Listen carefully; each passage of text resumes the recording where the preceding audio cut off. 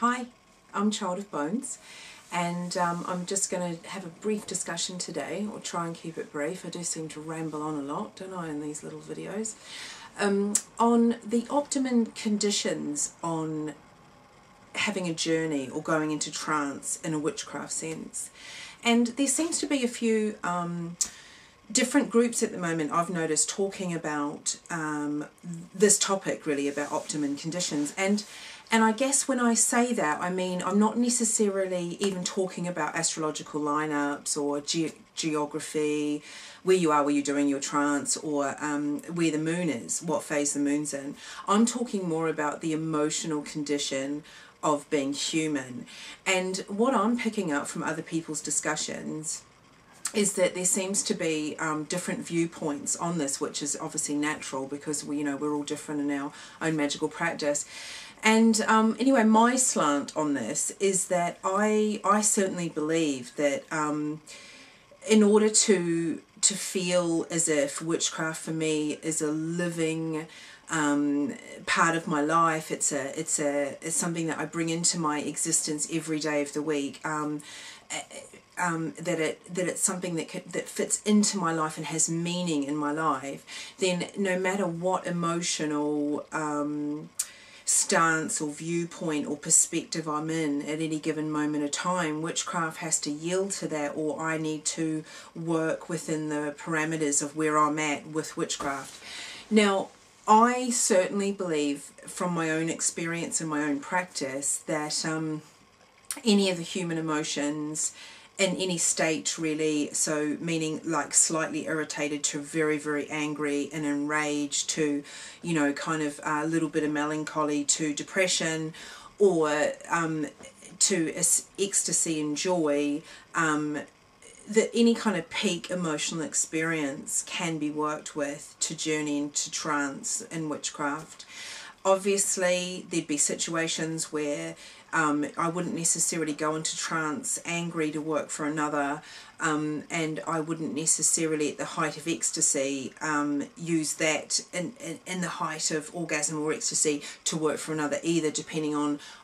what was taking place in a spell. But in trance, there is something, a subtext to that for me that's not necessarily a spell to go into trance in a heightened state of emotion, but it's also to retrieve magical knowledge, to maybe course with the servitors of a god form, or my patron goddess, for example, to learn more about the energy, to learn more about her, to learn more about magic. And in a heightened state of the human condition, I've found I could access certainly magical knowledge that necessarily wasn't available to me in a more sedate scene, or maybe I just didn't have the willingness or the will in a more mellow state to retrieve what I believe has been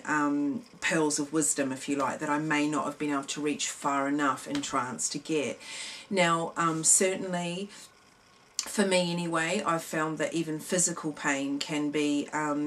used in a way to contact my patron, to feel as if I was being carried further to a state beyond the constricting identification of day-to-day reality. And when I say pain, I'm not even talking about inflicting pain, and I know some practitioners utilize that modality. I mean, I don't, so I can't talk about that, but I mean pain that's, for example, been around for a couple of days, like in a migraine, something where you've just got to the point where this pain has gone on and you're exhausted, and then decided to use magic with, and used it very effectively. And so for me, that's actually become where magic then becomes so part of your life that any kind of part of the human condition appears freeing, appears fruitful, and that you can gain knowledge in anything. And I think it distances you from also the suffering the constricting kind of weighted human experience, you know, when, you know, most of the time, I mean, I'm the first to admit, I just want to be happy and joyful, you know, I don't want to be in pain, I don't want to be sad, I don't want to be grief-stricken because someone I love's passed away, you know, I don't want to be brokenhearted, you know, I don't want all those things. But the point being is that when witchcraft then becomes for the practitioner, or becomes for me something that I can always yield something from, or retrieve nourishment or wisdom or energy from the human condition of that experience, it becomes very much integrated, I believe, into your life. And for me, being able to ride pain, be able to be at the height of ecstasy, and to commune with the gods or commune with the goddess, to see an overview that I may not have been privy to in my day-to-day reality when I was washing the dishes or whatever. Being in the height of grief, or the pain and despair of grief, and still meeting the goddess there, and having some kind of transmission of knowledge, or, you know, some similar thing that maybe at the very height we can grasp and integrate, then I believe that's when witchcraft becomes your life, or certainly, I'm talking for myself, obviously, it's when it's become my life. And so I guess then that ritual conditions, and being in a state of certain emotions that fit with certain types of being able to trance, and maybe people certainly have been having discussions that I've been watching, and saying that, you know, that for them to trance magically or to journey shamanically, they, you know, they make sure that they're in a clear space and that they're very grounded and emotionally in some kind of equilibrium. And I guess I understand that. My experience in being a bit of a freestyler magically is that I believe that for me there is no necessarily optimum condition. There may be times that it's better to suit it if you're going into a journey or a trance to diagnose or work for someone on their behalf magically if they've asked you to. Obviously you wouldn't want to go in there in a full, you know, hysterical rage or something that you've got going on in your own life, because that could taint or sway it. But I think that when you can work for yourself, or use